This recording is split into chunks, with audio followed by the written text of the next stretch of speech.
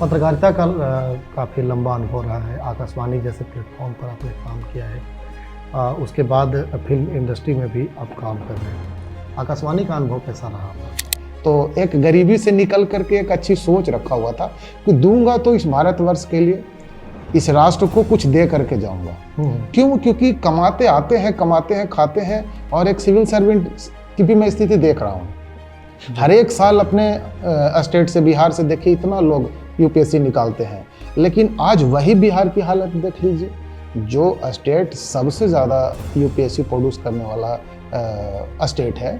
आप देख लीजिए कि उसी स्टेट को जो है ना कि आप सबसे पिछड़ा कहते हैं। एक मेरी कविता थी साथियों, जो कविता के बोल थे, जख्मे जिगर को कब तलक दबाए रखेंगे, हम आंसुओं को कब तलक छुपाए रखेंगे, ये आंख मेरी आंख है कोई समंदर नहीं, जो उफनती लहर को भी समाये रखेंगे। लोग ये भी कहते हैं कि सबसे ज़्यादा मजदूरों का फैक्ट्री भी बिहार में। हाँ, तो है ना, सच्चाई है ना, उसमें झूठ क्या है बताइए। यहाँ से हर साल आप यदि कोई अगर डेटा एनालिस्ट हो तो उसे जानकारी आप ले लीजिए, तकरीबन 3 करोड़ लोग यहाँ से बिहार से बाहर लोग पलायन कर चुके हैं। और किस लिए?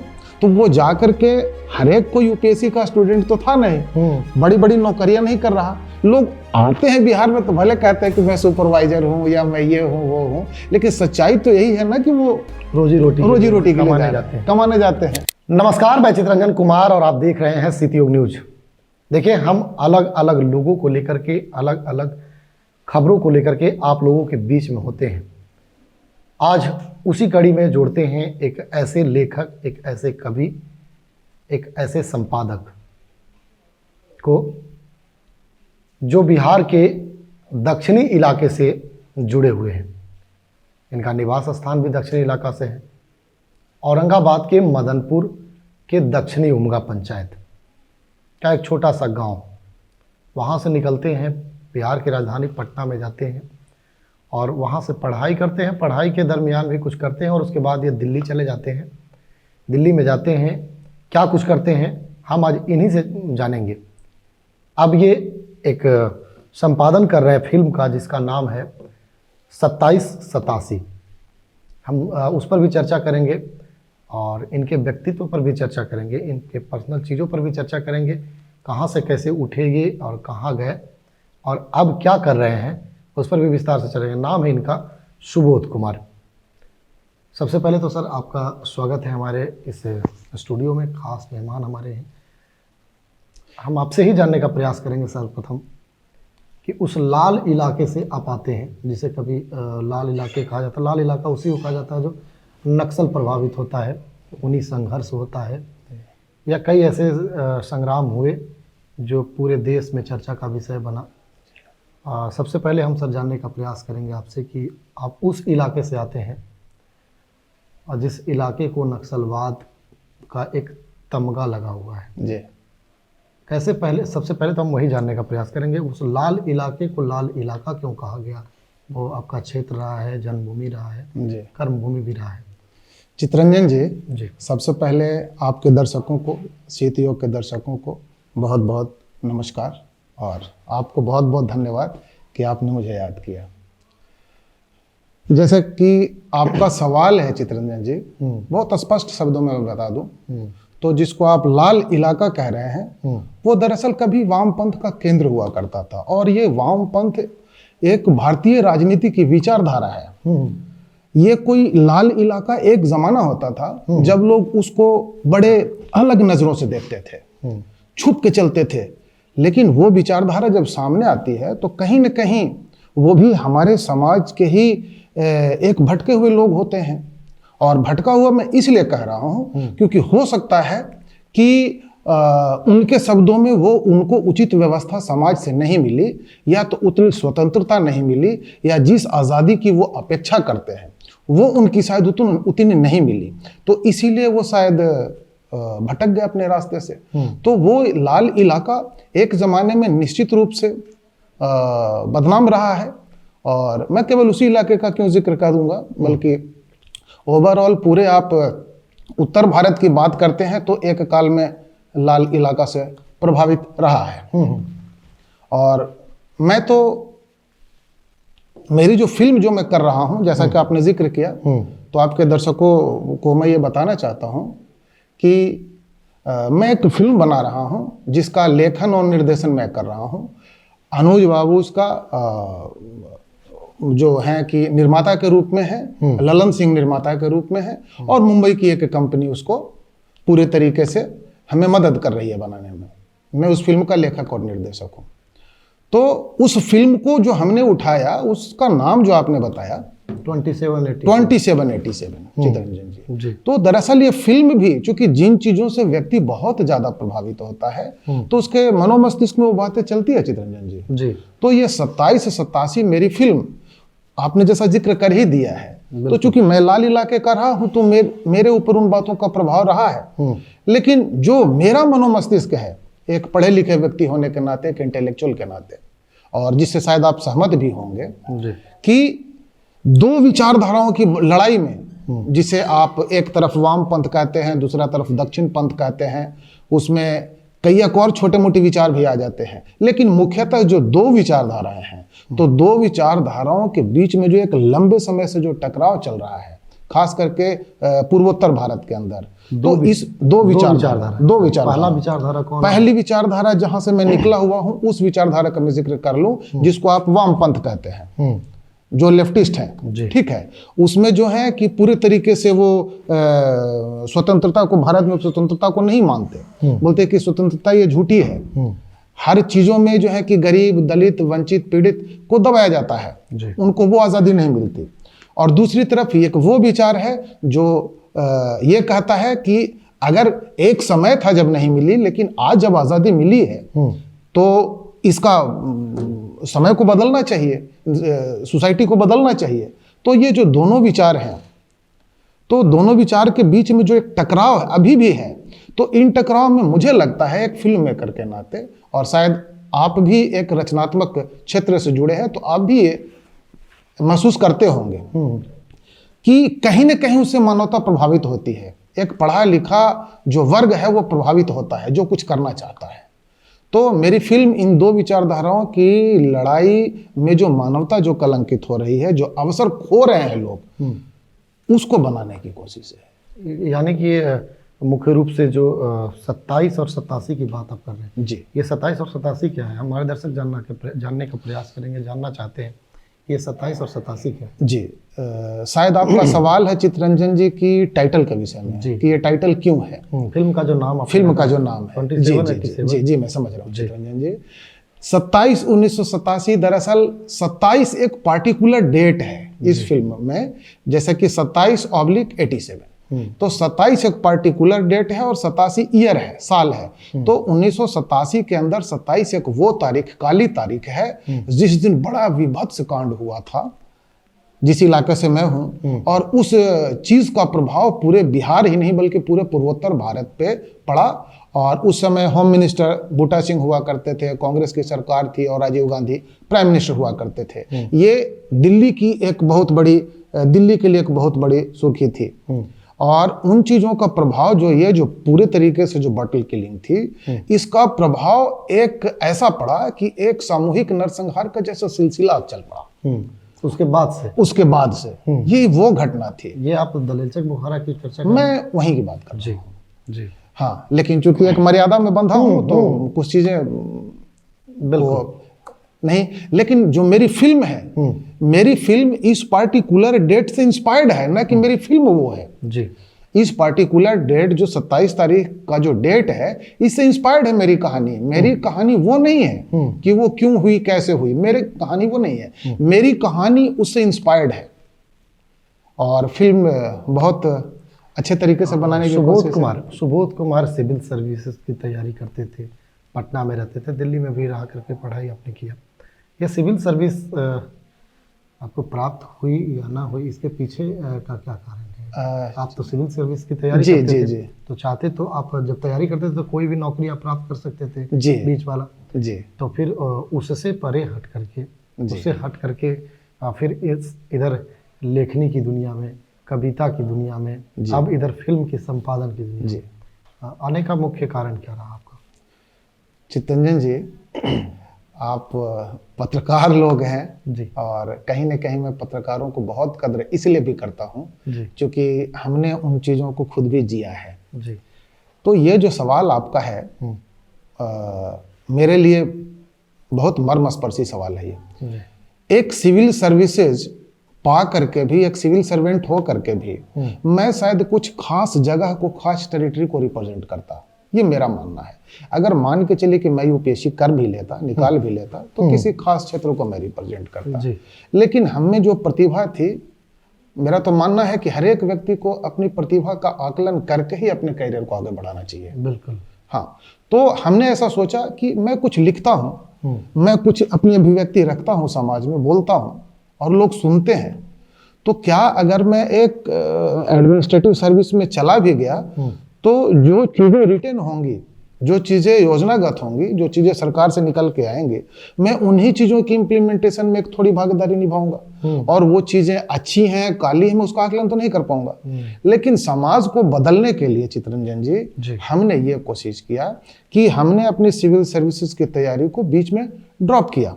ड्रॉप करने का रीजन ये नहीं था कि मैं कर नहीं पा रहा था। मैं तो चूंकि गरीब परिवार का व्यक्ति रहा हूँ, जैसा कि आप जानते भी हैं या लोगों के माध्यम से आपको जानकारी भी होगी, मैं बहुत निम्न मध्यम वर्गीय परिवार का व्यक्ति था और ऐसे सोसाइटी में भी था, ऐसे समाज से भी था जहाँ पे बहुत सारी व्यवस्था थी नहीं मेरे पास। तो एक गरीबी से निकल करके एक अच्छी सोच रखा हुआ था कि दूंगा तो इस भारतवर्ष के लिए, इस राष्ट्र को कुछ दे करके जाऊंगा। क्यों? क्योंकि कमाते आते हैं, कमाते हैं, खाते हैं, और एक सिविल सर्वेंट की भी मैं स्थिति देख रहा हूँ।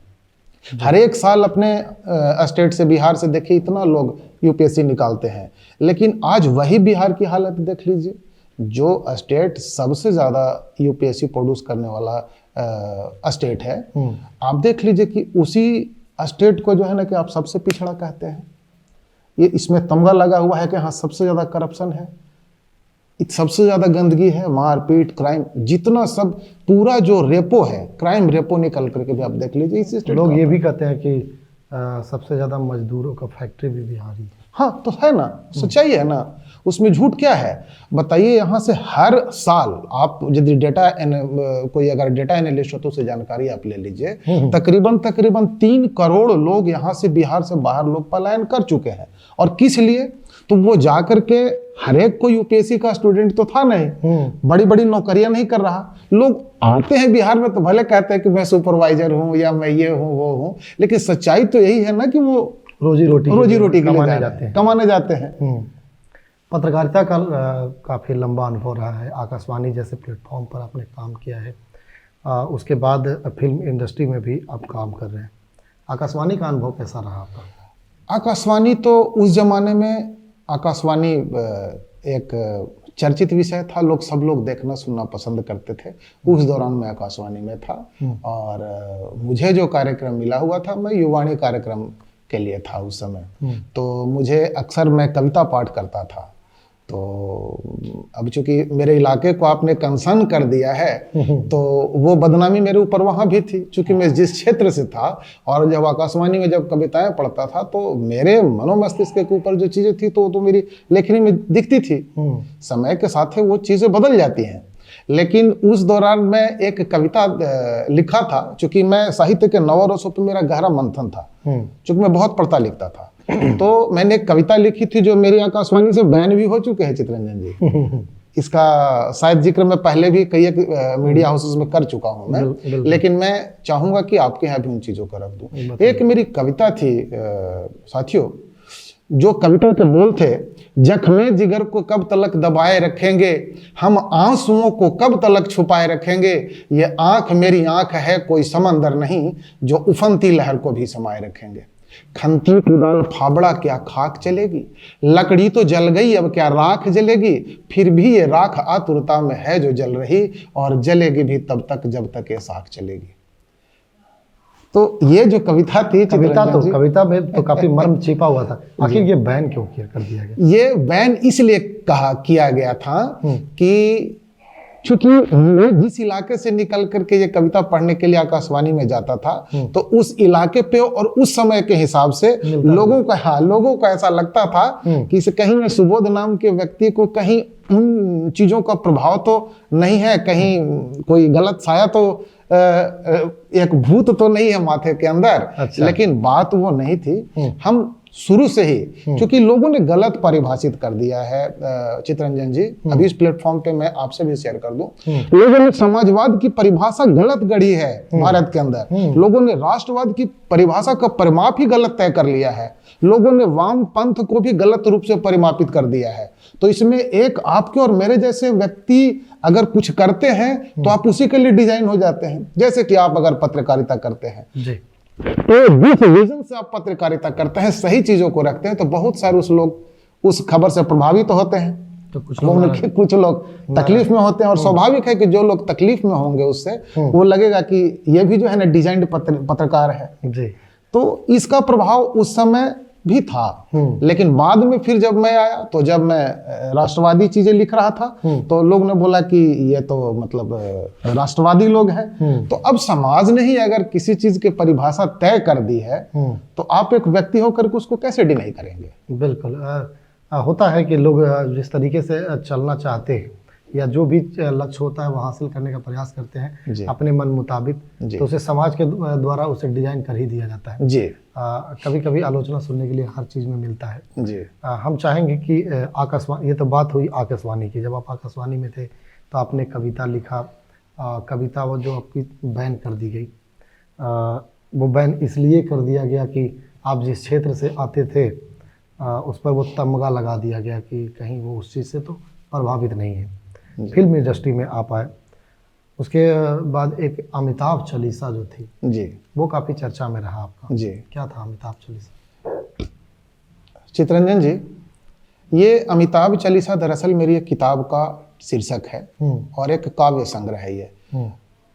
और इसके पहले भी मैं 5 किताबें लिख चुका था, क्योंकि जैसे कि साहित्य में मेरी गहरी रुचि रही थी, जैसा कि मैं आपको शुरू से बता रहा हूँ, इंटरव्यू के शुरुआती चरण में ही हमने बता दिए कि लिखने पढ़ने से मेरा जो काफी लगाव रहा, तो समाज को देने की एक सनक मेरे अंदर शुरू से है। तो जब मैं मुंबई जैसे महानगर में गया तो अमिताभ बच्चन जैसे शख्सियत जिनको देखने के लिए भीड़ लगती है, तो वो लोग उनकी बातें सुनेंगे, हमारे एक साधारण व्यक्ति की बातों को कौन सुनता है। तो हमने एक साउथ अफ्रीकन लेडी थी, NRI थी, तो वो मैं जब UPSC की तैयारी मुखर्जी नगर में दिल्ली में कर रहा था तो उस दौरान मुझे मिली थी और उन्होंने ही मुझे कार्ड दिया था। तो पृथ्वी थिएटर में गया था मैं। अच्छा। तो हमने उनको ये बताया कि मैं फिल्म के लिए तो मैं लिखता हूँ, सब करता हूँ, ये अलग बात है, लेकिन मैं अमिताभ जी से केवल इसलिए मिलना चाहता हूँ कि मेरे पास कुछ हिंदी लिटरेचर का चीज है मेरे पास में, और मैंने 9 रसों पर, जो साहित्य के 9 रस हैं कविता के, तो इस पर हमने कुछ किया हुआ है और मैं उनको समर्पित करना चाहता हूँ। अमिताभ बच्चन? हाँ। क्यों समर्पित करना चाहता हूँ कि अमिताभ बच्चन की फैन दुनिया है, लेकिन मैं उनके पिताजी को फैन हूँ, उनके पिताजी को चाहने वाला हूँ, क्योंकि मैं एक साहित्य का विद्यार्थी हूँ, मुझे अच्छे लगते हैं, और उनके लड़के हैं वो हिंदी में बातें करते हैं तो मुझे अच्छा लगता है। तो मैं चाहता हूं कि हमने किताब लिखी है, मैं उस किताब का शीर्षक अमिताभ चालीसा रखना चाहता हूं, और क्योंकि अमिताभ जी के बारे में भी हमने 40 पंक्तियां लिखी है, तो इस बात को लेकर के वहां जब बातें पहुंचाना आसान नहीं था चितरंजन जी। हाँ, अमिताभ बच्चन तक पहुंचाना आसान नहीं था, लेकिन हमने किसी प्रकार से संघर्ष करके उन तक बातें पहुंचाई, उनकी सेक्रेटरी तक बातें पहुंचाई, और लास्ट मुझे सफलता भी मिली। और दिल्ली में इवेंट तय हुआ, उसी में लोकार्पण की बातचीत हुई। तो दिल्ली में हमने विठल भाई पटेल हाउस, BP हाउस, जो पार्लियामेंट हाउस के बगल में है, वहां पे ये वेन्यू तय हुआ। वहां पे अमिताभ जी ने, जैसा कि मुझे जानकारी मिली, कि उन्होंने सजेस्ट किया कि इस किताब को, चूंकि एक लिटरेचर से जुड़ा हुआ विषय है, तो इलाहाबाद यूनिवर्सिटी के जो कुलपति थे, जो हरिवंश राय बच्चन साहब के साथ में थे कभी, तो उन्होंने डॉक्टर अजीत कुमार शंकर चौधरी जी को इसके लिए सजेस्ट किया। अच्छा। और देश के और गण्यमान्य लोग थे, बहुत सारे ब्यूरोक्रेट्स थे मेरे साथ। और भवानीपुर से एक मैंने रश्मि दीदी को हमने बुलाया, चूंकि औरंगाबाद से, चूंकि उस समय IAS अधिकारी थी वो, मेनका जी के सचिव हुआ करती थी उस समय। तो हमने औरंगाबाद से केवल उनको इनवाइट किया, क्योंकि वो एक कामता के घर के परिवार की लड़की थी, तो उनको हमने बुलाया। और इस प्रकार वो चीज हुआ। मतलब अपने मिट्टी को भी जोड़ रखा अपने मिट्टी को हमने जोड़ा। लेकिन एक बात मैं और ऐड कर दूं, हम्म। शायद वो आपके सवाल में नहीं था, लेकिन मैं क्षमा चाहता हूँ ये भी। नहीं, बताइए ना। क्योंकि 6 किताबों में मेरी 3 किताबें तो मोस्ट पॉपुलर हुई, जिसका आपने जिक्र कर दिया, लेकिन एक मेरी और किताब थी भगवा राष्ट्रवाद। क्योंकि भगवा राष्ट्रवाद के विषय में भगवा को आप अलग कर देते हैं और राष्ट्रवाद को अलग कर देते हैं, तो 2 शब्दों से मिलकर हमने वो किताबें लिखी थी। तो बिल्कुल वो टाइटल के हिसाब से क्लियर है कि भगवा क्या है, अबाउट भगवा और अबाउट राष्ट्रवाद। ठीक है। तो उन चीजों को इतना पसंद किया गया, जब मैं देश के कुछ वरिष्ठ लोगों, जैसे वो किताब की जो शुभकामना में गृह मंत्री जी के पास भी वो चीजें पहुंची, राष्ट्रपति जो कोविंद जी थे, तो हाँ 5 सितंबर 2017 को वो बुक मेरी लोकार्पित हुई। राष्ट्रपति भवन का सेंट्रल हॉल था।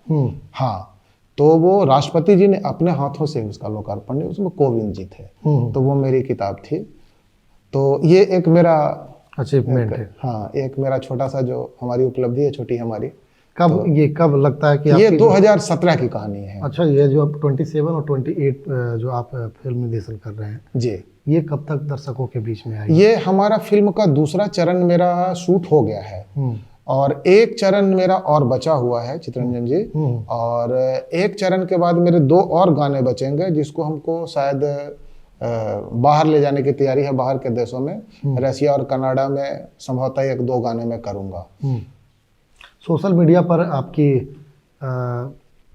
आपको देखा जाता है गाते हुए, कभी कभी हमने भी देखा है, कई लोग भी देखते हैं और वह चर्चा का विषय होता है। हम चाहेंगे कि जो आप गाते हैं हमारे दर्शकों के बीच में वो गाना थोड़ा सा गुनगुना दीजिए। चित्ररंजन जी, मैं बेसिकली अपने विषय में बताऊं तो, चूंकि जैसा कि मेरा एक शौक भी रहा है, क्योंकि संगीत में सीखा हुआ हूँ, थोड़ा संगीत हमने संगीत की शिक्षा ली है, लेकिन मैं चूंकि अपने आप को कभी सिंगर नहीं माना हूँ। लेकिन जब वो भगवान राम की जब प्रतिष्ठा हो रही थी 2024 में 22 जनवरी अयोध्या, तो हाँ, तो वो मेरे लिए श्रद्धा का विषय भी था, क्योंकि उस पर मैं बहुत सारा रिसर्च कर चुका हूँ। क्योंकि ये जो 500 सालों की जो समस्या रही है ना, वो जो 1528 मीर बांकी जी से शुरू हुई थी और लास्ट में आप 1822 जुट गया, 1856 जुट गया, दीना पांडे जी आ गए, फिर बाद में इतना सारा जो विवाद निकल के आया, जिसमें एक कांग्रेस के भी लोग थे, उसमें बीजेपी के भी लोग थे, श्रेय किन्हीं और को मिलना। लेकिन दरअसल वो भारत के लिए एक श्रद्धा का विषय भी है राम। बिल्कुल। तो वो राम जी के ऊपर मेरी श्रद्धा थी, तो हमने पीएम पोर्टल के लिए वो 2 भजन किया था मैं। और वो प्रधानमंत्री जी के यहाँ भी गई, योगी जी के भी पास गई वो, और देश उसको अच्छा कहा। औरंगाबाद काफी सुना उसको। हाँ, और काफी सारा औरंगाबाद काफी हम चाहते हैं दर्शकों के बीच में वो कि आप गुनगुना दे फिर से एक बार।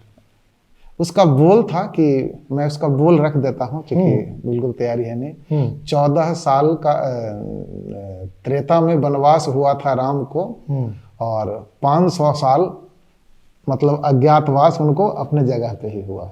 ये उसका बोल था। बाकी गाना आपके पास में है, आप लगा सकते हैं। बिल्कुल, एक क्लिप गाने का लगा दीजिएगा दर्शकों के लिए, आपके दर्शकों के लिए। कॉपीराइट तो नहीं आएगा उसमें? कुछ कॉपीराइट नहीं आएगा। चलिए, बहुत बहुत धन्यवाद। देखिए, ये थे हमारे साथ सुबोध कुमार जी, जो औरंगाबाद जिले के मदनपुर के दक्षिणी उमगा पंचायत से आते हैं।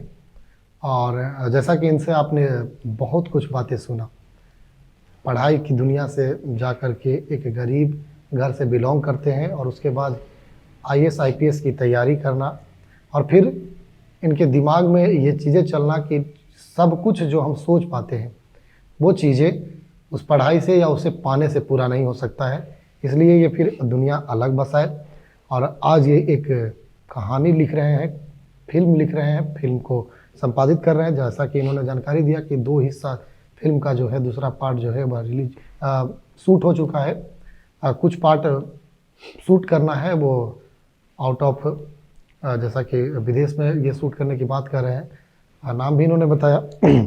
इसके अलावा भी इन्होंने कविता गुनगुनाया, गाना गुनगुनाई, और अयोध्या में जब राम जी का प्राण प्रतिष्ठा हुआ तो उसमें इन्होंने जो गाना गाया था वह भी इन्होंने गुनगुनाया। बाकी आपको खबर कैसा लगा, इनकी कहानी कैसा लगा,